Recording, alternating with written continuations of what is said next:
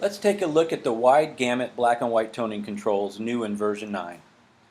Now wide gamut, unlike the narrow gamut controls, uses the full color range of the ink set. So in order to activate it, we need to go to a color profile. So I'm going to go back to my profile valet and switch to color for the same paper we're using, hit apply, and now I'm ready to load an image. Now we have this nice image of the park bench overlooking the ocean. And you can see it's a color image, and I'm going to bring up my black and white, my wide gamut black and white toning controls.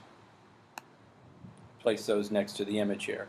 Now notice in the wide gamut, the tint pickers give you the full hue range of the ink set. We can activate this up on top by clicking on the global tint control, and right away the image is converted to black and white. So the grayscale image now is our starting point, and we're going to apply color on top of that.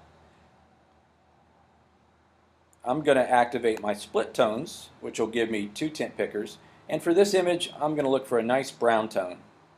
So I'm going to come in to my brown tones in here. But notice as I move this throughout the hue range, the image is going to change with a live preview. So I'm going to go back into my brown range here, find what I'm looking for. There we go. That's a nice one. And for the highlight tint, I'm going to do a similar color but with less of a tint to it. So moving it towards neutral here. So it's going to have less saturation. Now the slider below controls the mix of those 2 tones. So as I move it towards the shadow color, I'm going to have more of that color prevalent in the image.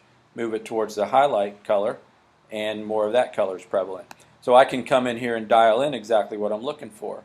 And I like that look right about there. Now when I have everything exactly the way I want it, I can save these tones to be used for a later date.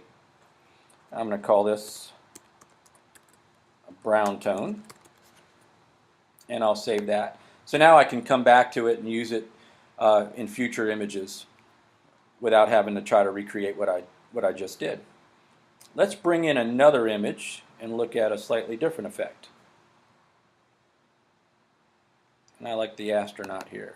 Let's bring this in.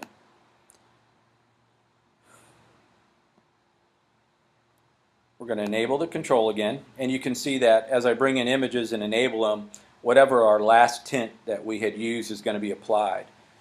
But we can change it because we can have multiple images on the page and each one have a different effect applied to it.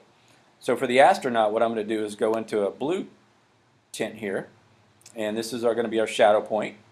And for our highlight point, I'm going to use more of a steel blue color. That right there. And again, you can see how I can control the mix and how the image changes. So I'm going to get the effect I'm looking for. And I'm pretty happy with that. Let's move this down here. And let's do one more image. Let's do a portrait. So I'm going to bring in the image of Edward here.